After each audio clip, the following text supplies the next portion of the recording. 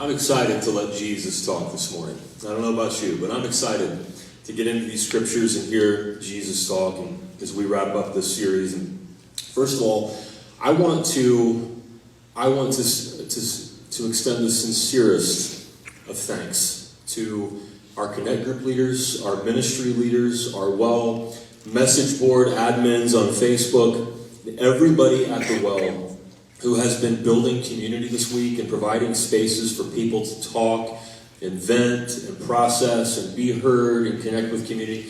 Can we thank those leaders right now for the work that they've been doing all week? And this is a phenomenal community of people. The Well really is only about 3 years old. We had to relaunch in July of 2021 after COVID. And this is a group of people. If you're new here, you're going to discover quickly why I'm proud of the people who make up the community of the Well. Why I'm proud to privileged, I feel humbled, I feel worthy to be a pastor to these amazing people. And you're going to discover why that is. And I want to thank all of you for being a part of that. There are people who have been connecting with the Well this week, introducing themselves, who have been watching online for a long time, and we had no idea. And they just introduced themselves to us. They messaged us this week. There have been people showing up for groups for the first time this week, and because they know that they need community. And we have people sharing about the Well on larger Facebook groups. There are spiritual groups and political groups. And one lady told me this week, she said, I shared about the Well so many times, they kicked me out of the group. Like the admins banned me from the group. And well, hey, you did it for a good cause, I suppose. But she kept sharing the Well link for people who are looking for community. And I want you to be able to celebrate something this morning as we begin. Okay? I want you to be able to celebrate this. Your love and acceptance and willingness to welcome people in community is life-giving and hope-giving, and it is something to celebrate. Can we celebrate that together? Now, your love and your acceptance is something to celebrate. And all of that is aimed at extending this message to all of us here, whether you're new, whether you've been here since the beginning. It's this: you are not alone. You are not alone. You may have been tempted this week to feel like you are not alone, or that you have been abandoned or betrayed, that you feel threatened. But I want you to hear this morning that you are not alone.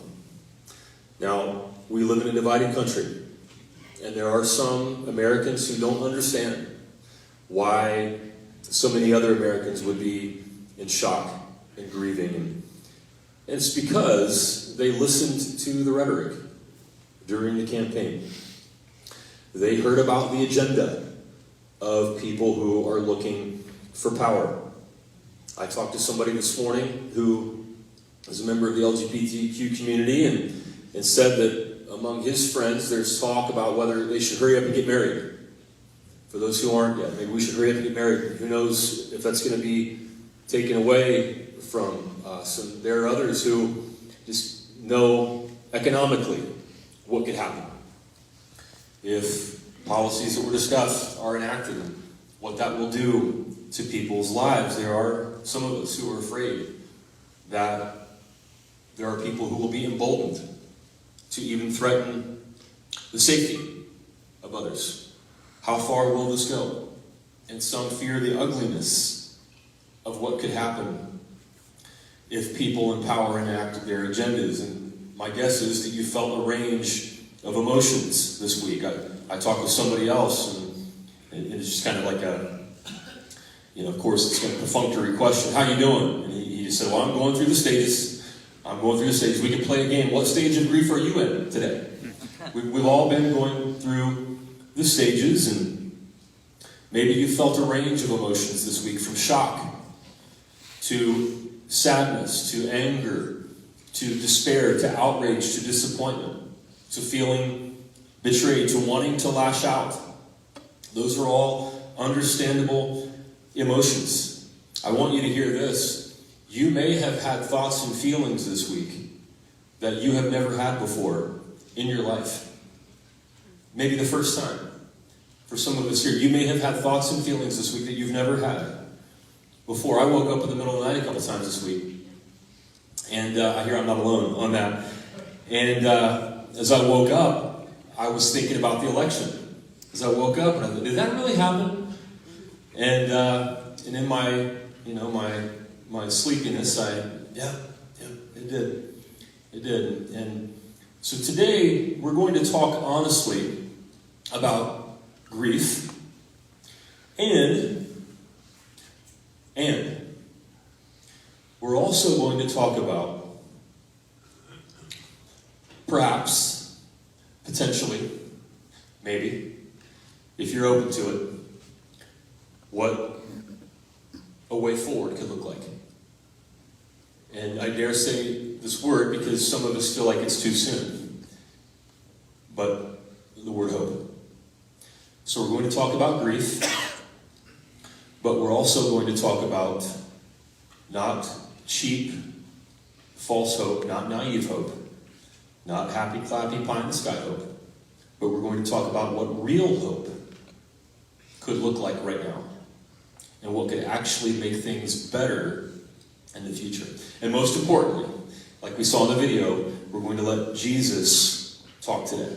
This is the last week of our series between Christmas and Easter, the life of Jesus and Luke. And in this series, we've been letting Jesus talk from the Gospel of Luke. And the title of the series is just based on this, that a lot of people either focus on the Christmas story or they focus on the Easter story when they talk about Jesus.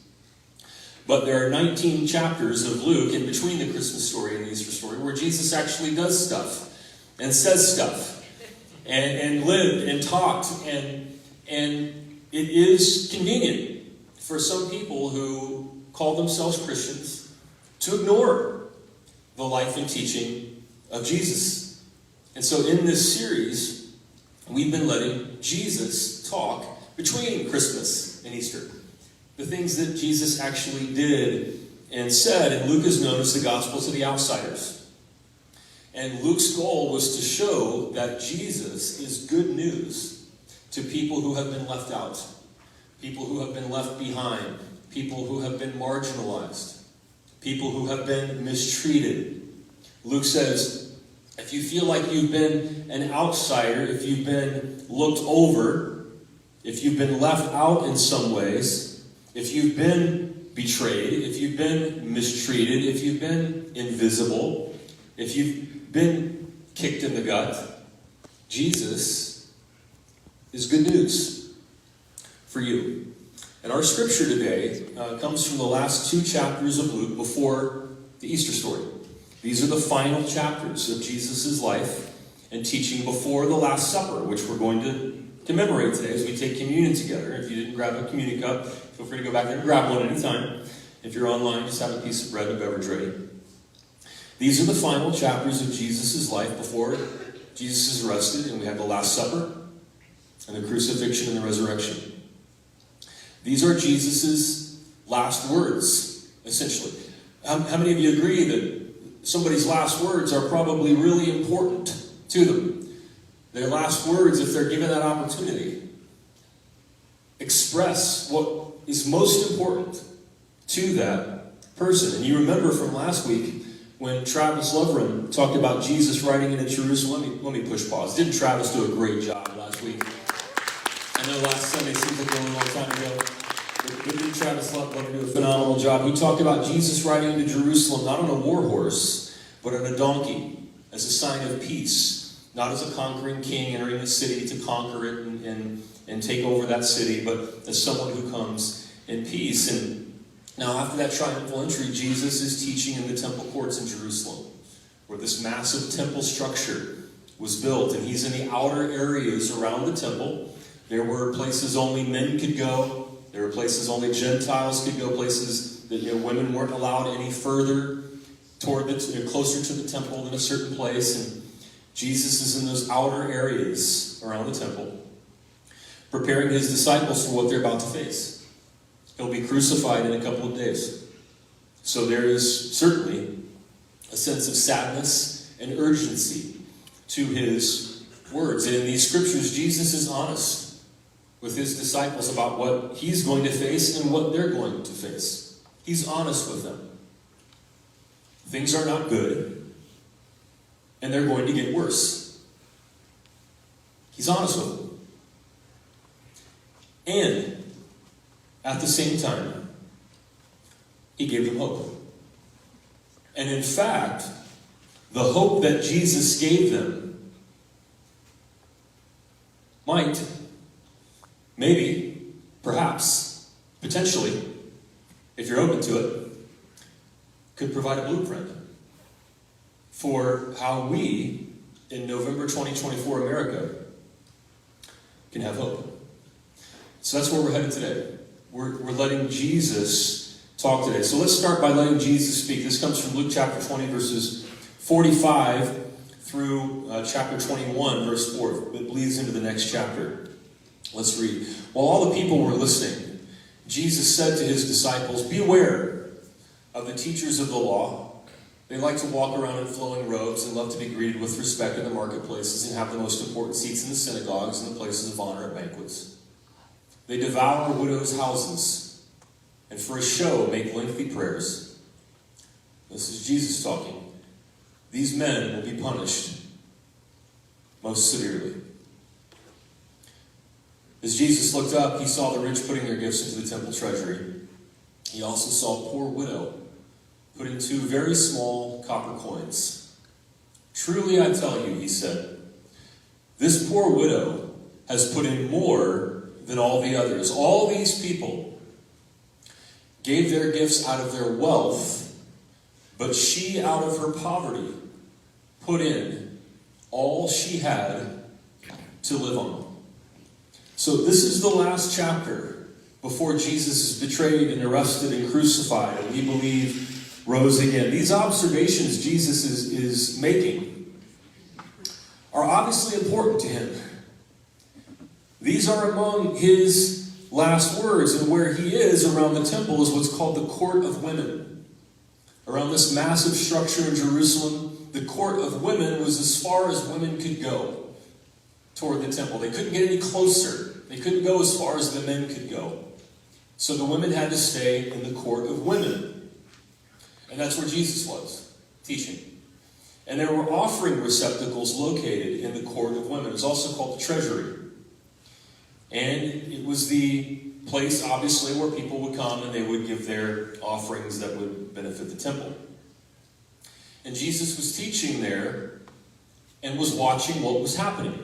So imagine a large crowd of people, a massive crowd of people filing through, many people putting their offerings in. The religious teachers of the law are people of privilege. You see the language about flowing robes and banquets, and that indicates their privilege. And they were putting their offerings into the temple treasury out of their wealth and out of their privilege. They're well-dressed, important people, respected people, status, visible people, influential people.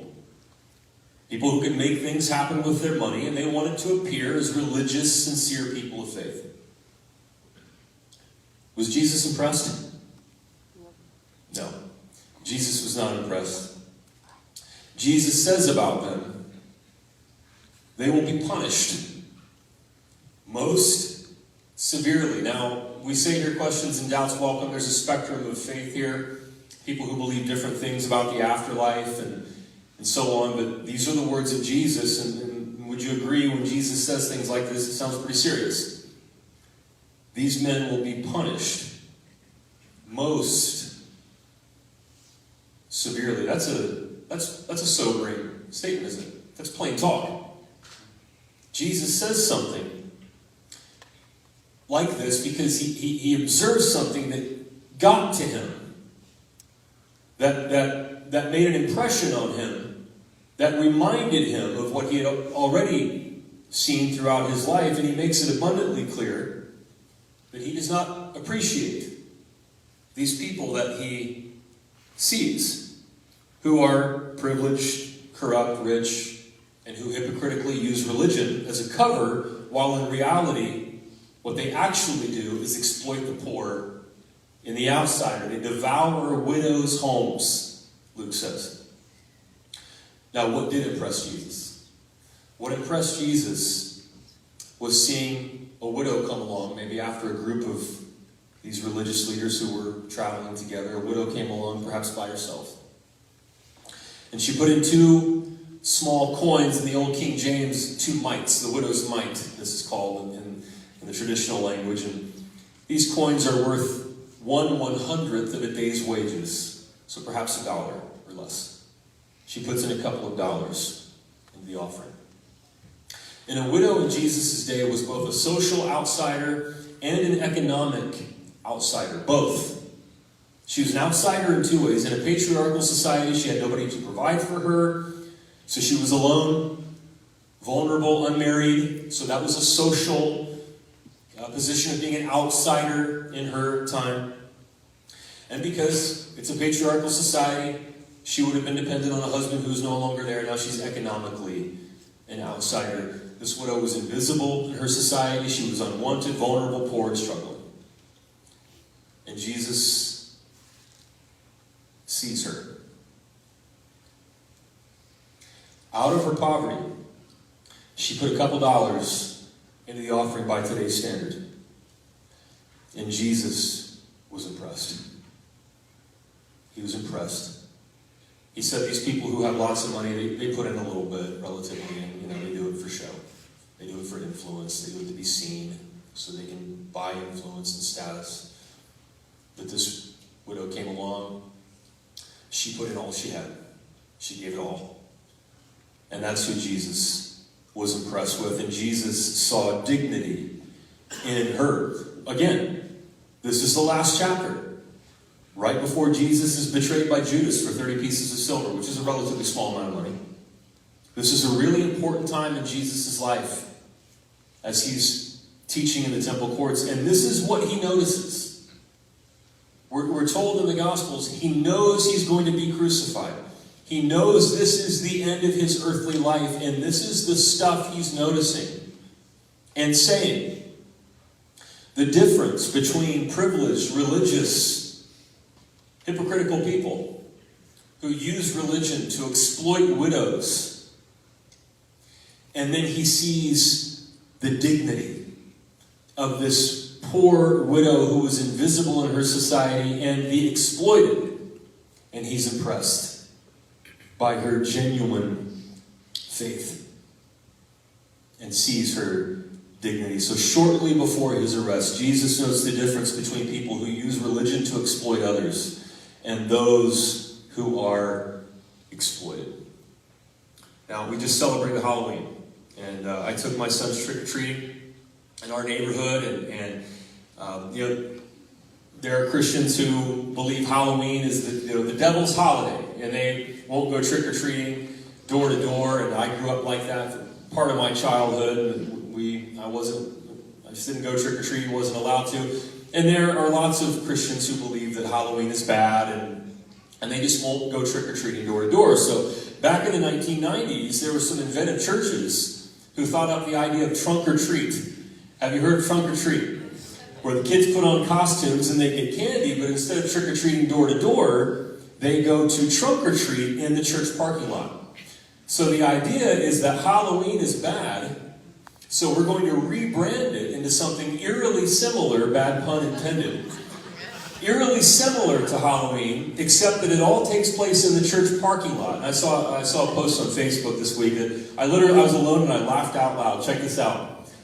Jesus knows your trunk or treat is really a Halloween celebration. I love that. I love it. I love it. Trunk or treaters, Jesus has you figured out. He knows that trunk or treat is really just a Halloween celebration. You know there are Christians who just take whatever is happening in the culture, whatever they see, and can rebrand that and call it Christian. It happened in Christian music before, and clothing. There are all kinds of hilarious examples of that. And there are some examples that aren't so hilarious. There are Christians who take whatever they see in culture, politics, bigotry, culture wars, whatever their favorite podcast grifter enraged them about that day, and they rebrand that and they call it Christian. There are Christians who just take up certain political views and culture war issues and they call it Christianity, but it has nothing to do with Jesus. Now, some of these folks, I believe, really are genuinely fooled. I think there are people who, they're sincere. I think they're sincerely wrong, but they're sincere. Maybe they don't have the critical thinking skills, or we're all products of our culture, and they've just been enculturated, and so they don't see it. And then I think there are those who do understand what they're doing. People like these teachers of the law that Jesus sees. They're leaders, they're people of privilege, they're smart enough to know better. But they use religion and the culture wars and politics to give themselves more privilege than they already have, to enrich themselves, and they exploit others. It's called Christian nationalism. I've talked about it very frequently here, and it's the ideology of about a third of Americans, according to Samuel Perry and Andrew Whitehead. They wrote a book called Taking America Back from God, about white Christian nationalism. It's the view of about a third of Americans, and it's the type of hypocrisy that Jesus is talking about in Luke 20. It's a different century, different millennium, different characters, but the story remains the same.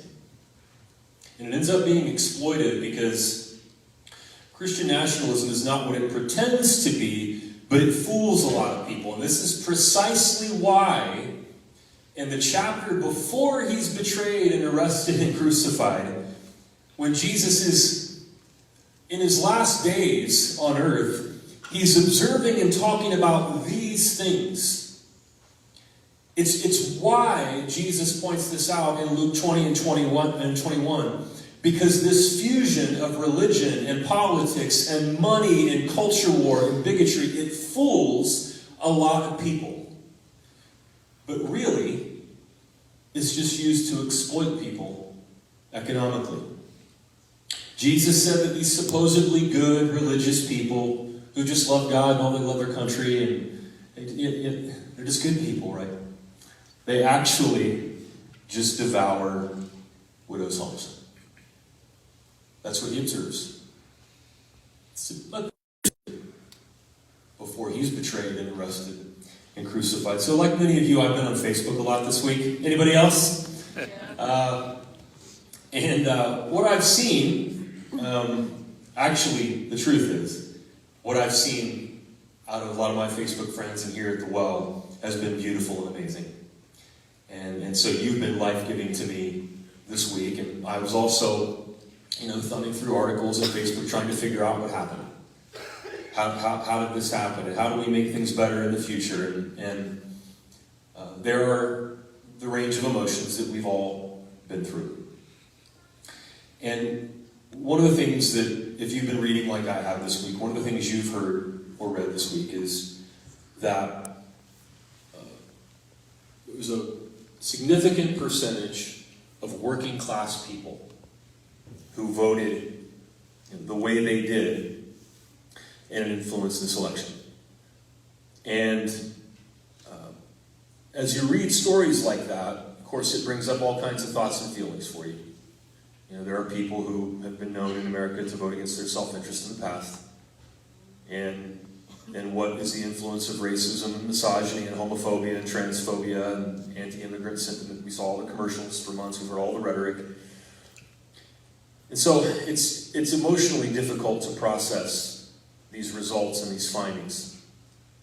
But I'm glad I've been able to have some conversations with some of you and friends of mine, and I'm glad that they're being discussed.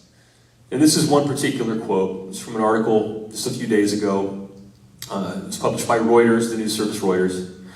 And I'm just going to read it here. About 2/3 of voters consider the U.S. economy in poor shape, compared with about half of 2020 voters. Some 46% said their family's financial situation was worse than 4 years ago, compared with 20% who said the same in 2020.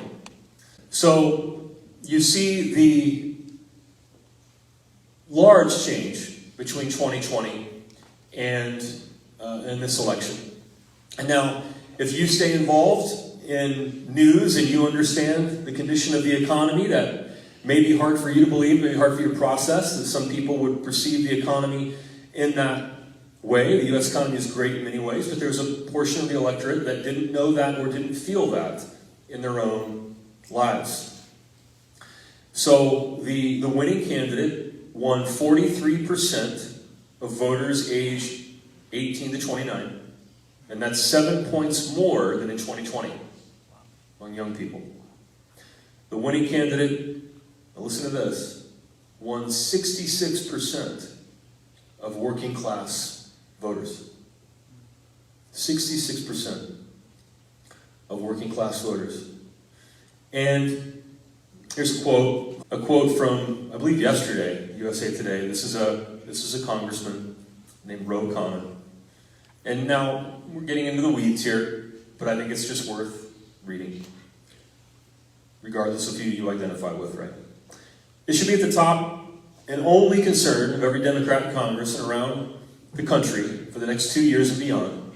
We have to prioritize the economic needs and hardships of most working class families. We fail to make them seem heard and seen in their frustrations with the economic and political system. We should spend 6 months just listening to communities, just sit there and respect the voters, listen and understand what they're saying. Now, you may read that, and you might think, well, this, and this, and you might have legitimate points there, because this is a debate, and there's a little bit more, too. We said that 66% of working class voters voted for the working candidate.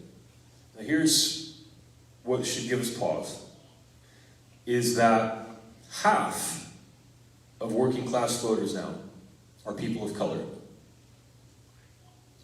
And half of working class voters now are women.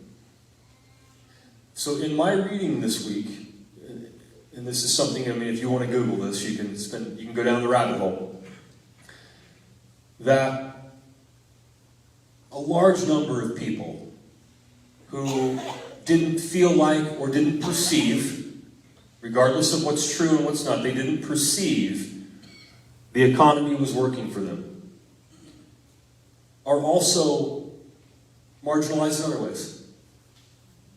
People of color and women.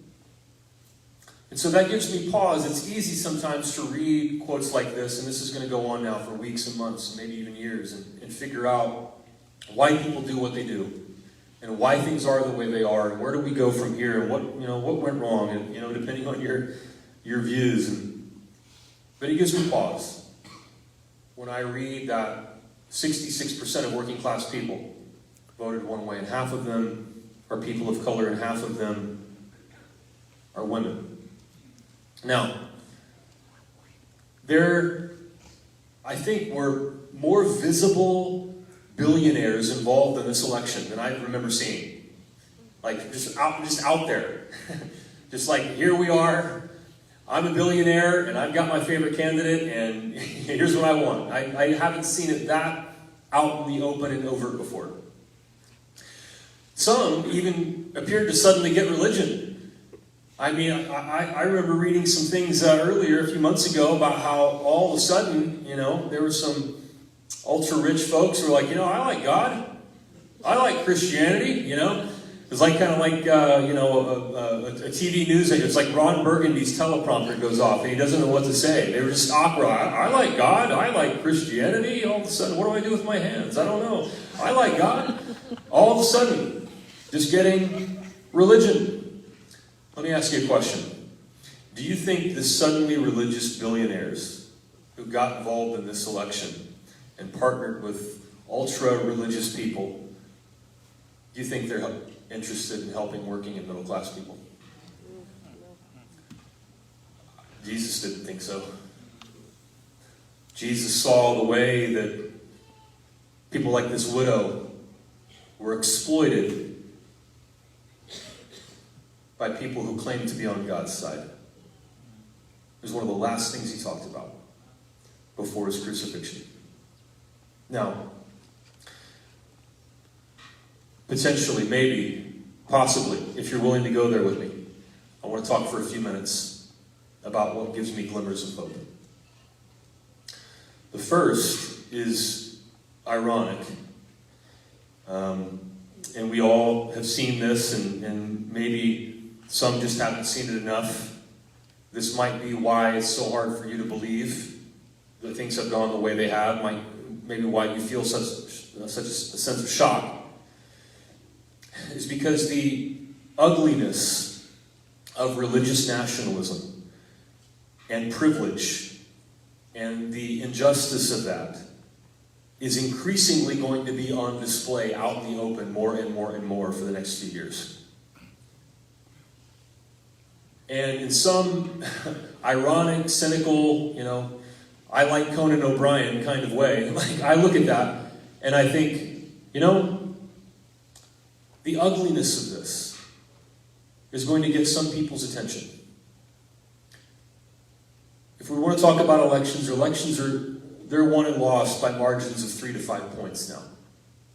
So if we just want to talk about elections, I think it's safe to say about 3 to 5% of people or more might be able to see the ugliness that is going to be on full display over the next few years. Now, something happened this past week. I think somebody, I appreciate this, somebody had gone back through my Facebook posts, and they found a post that I made, I think it was a few years ago, a couple years ago, I don't remember exactly when.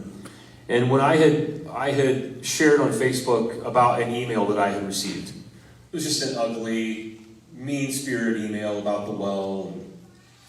And I shared that on Facebook as a way of saying, when I read things like this, it just makes me appreciate more and more the beauty that I see at the well. And people like you, and somebody got that post this week or liked it, and then I think it made it, I don't know the algorithms, however it works. A few more of you saw that and liked that. And I appreciated people showing support in that. And on Wednesday, so the day after the election, I got another email. And this happens regularly whenever we put ads out or whatever, when people find out who we are. They will send emails or make posts. We've never received any threats. I've not been threatened. We haven't been threatened here at the well. But I received an email the day after the election, and we debated whether or not to show it. We decided not to. But it said, Ryan stands for, and then there were a couple of slurs there on the LGBTQ plus community. And now, by the way, there was a misspelling. And it was sent from an anonymous email, or I totally would have emailed back and said, I think you meant to spell it this way. Like, that's just the... but I decided not to show, or we decided not to show that email. But that's the day after the election. Somebody is feeling emboldened to send a slur email to a church that they've probably never been to, right? Most people see the ugliness in that. Not everybody. We hope that there aren't more and more people emboldened like that, but most people see the ugliness in that. And as that is on display more and more and more people will see that. And then, of course, there are people who are going to realize, wait a second, I don't think these people have my best interest at heart. And I think we're going to see probably an epidemic of buyer's remorse over the next few years. And so as I read what Jesus says here, I have to take away religious hypocrites who use religion to exploit people did not fool Jesus. And they will not fool the people they exploit forever. Now some people will be fooled. Maybe willfully. There's have been studies about this. There's a book called What's the Matter with Kansas? Studies about this psychologically, why some people keep voting against their self-interest. We're not naive, okay? But you can't fool everybody forever. And I have to think that there are enough people who are eventually going to see the ugliness and the hypocrisy of what they're experiencing. And that gives me at least a glimmer of hope. And now here's the opportunity. I'm just going to take a few more minutes and bring it to a close. Here's the opportunity. I think that Jesus, as we let Jesus talk, here's the opportunity that Jesus is presenting to me and you. Here's the invitation. Here's the call that Jesus is presenting to us. Jesus points out the hypocrisy of moneyed interests hijacking religion and using prejudices and culture wars to benefit themselves. Then Jesus tells a story about the dignity of a widow, both a social and economic outsider, and sees dignity in her. And if you and I wanted to create a party platform that defeated religious nationalism, that exploits the poor in the name of Jesus we follow and prevent it from taking over again, it would have to advocate for justice, both socially and economically. For justice for people who are outsiders, both socially and economically. And I call this the party of human dignity. I think of Jesus, well, I call this the party of human dignity. And to me it looks like this. Looks like women's rights. This may not be exhaustive, but it looks like women's rights. Looks like racial equity. Looks like LGBTQ plus rights. It also looks like affordable housing. Looks like available work and rising wages. It looks like affordable quality health care, affordable quality food and household items. Family and medical leave and affordable childcare. Retirement with dignity. That last one is fairness in media. I know the words go pretty far down on the screen. It might be tough to see, but retirement with dignity and fairness in media. I think if I, as somebody who wants to follow Jesus, the real Jesus that I see in the scriptures here, in our time, it seems to me that the party of human dignity might look like this. And of course, what does that look like? Women's rights. It looks like fair pay. It looks like health care. It looks like the right to make decisions. Child care is tied to this, I think, for many women. Opportunity. Racial equity. It looks like access to opportunity, education, mobility, just removing. It's also speaking to racism. Being an anti-racist. LGBTQ rights. Well, looks like marriage. Looks like safety. Looks like non-discrimination laws. Doing what many of you have done. And helping remove the bigotry once people get to know you. And love you. Affordable housing. And I don't mean building projects. Think about what happened in housing here over the past few years. I mean, that alone could have tipped this election. You have young people looking at the price of housing and thinking, how in the world could I ever afford to buy a house? I can't even afford rent. Let me ask you, if I ask you, what's the American dream? What's the first thing you say? You want to buy a house, a homeowner. Number one. And that seems gone right now. Available work and rising wages. I'm going to talk about this a little bit more in a minute. But working class and middle class living has been eroding for the past 50 years. Tax policy changes in the 80s. This is a study that was put out a few years ago. Because of tax policy changes in the 80s, the working class and the middle class has been robbed of $100,000. If the tax brackets in the 70s had just continued, you would have $100,000 more right now than you do. I think that's something people should know. Affordable quality health care, quality food and household items, obviously. You have inflation, but you also have price gouging, being masked as inflation. Family and medical leave and affordable child care. A lot of times it does fall to moms, it falls to women who have to go back to work, but they can barely make enough at work to justify the extremely high cost of the child care. And so they're emotionally torn and just wears a person down. Retirement and dignity, of course, Social Security and higher wages throughout the working years. And then fairness in media. Now, you may disagree with me on this, but in my view, freedom of speech does not equal freedom of reach. You don't have to give liars platforms. We're not legally required to allow people to use airwaves to just lie to half the country. They didn't used to be that way. It used to be a law called the Fairness Doctrine that was struck down in the late 80s. Didn't take long before America became more divided than we had been since the Civil War. You either have fairness in media, or you have billionaires buying media outlets to spread propaganda that benefits themselves. That's the choice. Historically, that's the choice. And it's probably time, in my view, that we wake up to that. And so the Party of Human Dignity presents both a social justice platform and an economic justice platform that unites more socially conscious Americans with working and middle-class Americans. What do you think? That's my intent at looking at Jesus. Letting Jesus talk about what he observed taking place in the temple courts just a couple of days before he was crucified and we believe rose. In my view, this is how you defeat religious nationalism that exploits the poor in the name of Jesus. And it's time for people of faith to let Jesus talk and to follow him. And in my view, this is how you prevent religious nationalism from taking over again. Now, I want to read something that a friend of mine wrote, and it's kind of made its way around churches like this. A friend of mine is a pastor in Denver named Mark Tidd.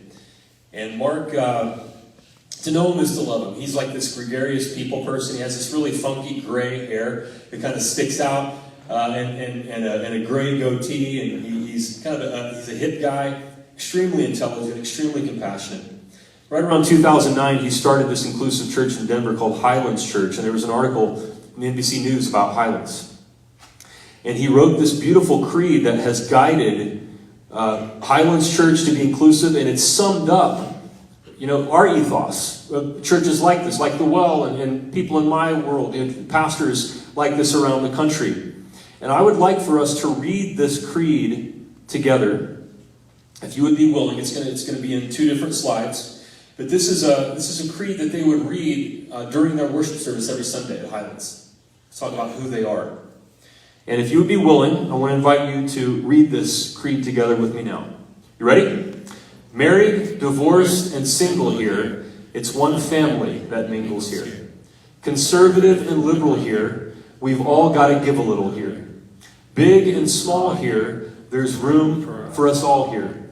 Doubt and believe here, we all can receive here. LGBTQ and straight here, there's no hate here. The bottom says woman and man here, everyone can here. Let's go to the next slide. Whatever your race here, for all of us, grace here. An imitation of the ridiculous love Almighty God has for each of us and all of us. Let us live and love without labels. Isn't that beautiful? Amen. Isn't that great? I love that. And I love Mark, and I have been inspired by this creed for years. And this week, there's something that, that's been happening in my heart as I've read the results and as I've been preparing for this message. And I would make an addition to that creed. I might even text Mark and, hey man, you ever thought about this? But I would make an addition. And let's see, I think I put the whole creed on again, so Susie, you might have to go 2 slides forward. Yeah, one more slide. I would make an addition. Poor, rich, or in between here. We are all seen here. I think it's time that we make that addition and make it clear. When 66% of the working class in America voted a particular way, and half of them are people of color, and half are women. I just feel personally like I need to let Jesus speak out of this passage more than I have in the past. So in our communities, we're committed to this kind of ethos, where everybody is welcome, and everybody is loved, and everybody is accepted, and you belong. And I believe that paints a far more beautiful picture than the picture that so many people are going to see over the next few years. And there's one more thing before we close. I'm going to play a 1.5-minute video. As we think about what America is, what the future of America is, our past, I want to play a video. It's a 1.5-minute excerpt. We've heard a lot of speeches over the past 2 months. We're going to hear a lot more. This excerpt is from a speech that we're all going to be remembering quite a bit over the next few years. Let's watch. You have been the veterans of creative suffering. Continue to work with the faith that unearned suffering is redemptive. Go back to Mississippi. Go back to Alabama. Go back to South Carolina. Go back to Georgia. Go back to Louisiana. Go back to the slums and ghettos of our northern cities. Knowing that somehow this situation can and will be changed. Let us not wallow in the valley of despair. I say to you today, my friend,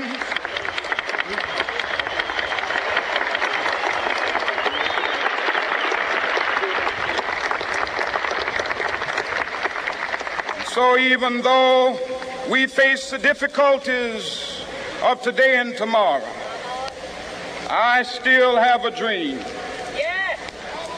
It is a dream deeply rooted in the American dream.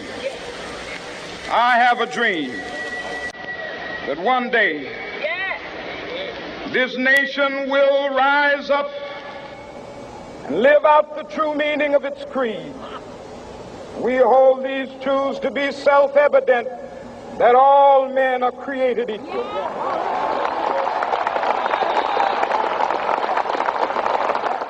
And now, of course, he would say all men and women are created equal. On the night he was betrayed, Jesus shared a meal with his disciples, perhaps a day after making these observations in the temple courts. And he took a piece of bread, and he broke it, and he thanked God for it. And he said, "This is my body broken for you. As often as you eat it, remember me." Let's eat of the bread.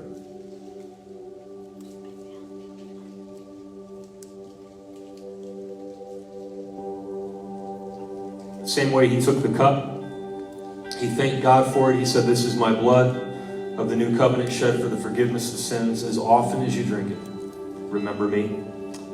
Let's drink from the cup.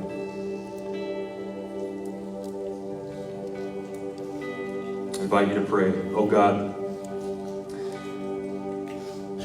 we have loved allowing Jesus the chance to speak during this series. It has been so refreshing and so life-giving and so healing. And yes, hope-giving to allow Jesus to speak, because it draws us back to the center. It reminds us of what the truth is. There's so much going on, vying for our attention, and we feel so many strong emotions. Allowing Jesus to talk pulls us back to what is good and true and right. And it was then, and it is now, and it always will be. What is true in the light is true in the dark. We thank you, O Lord, for a long line of people who have been inspired by the words of Jesus and others, and people who were just good, decent people who weren't religious people, but people who believed in goodness and decency and justice and righteousness and the dignity of every person, like this widow, and they spoke up. They stood up. They made their voices heard.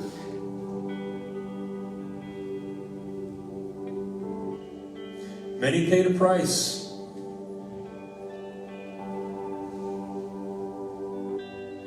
But we benefit from their work. We thank you for them. And oh God, in our time, you are calling. As Jesus made these observations in the temple courts, some of his last words, you are calling. Who will see? Who will see what Jesus saw? Who will see the dignity of this invisible person who was exploited? Who will decide enough is enough and create a better vision of the future? Who will hear your call, Lord? Who will say yes? Lord, this morning we feel a range of emotions. But I know for an absolute fact there are many here who are saying yes right now. We thank you in Jesus' name. And everybody said,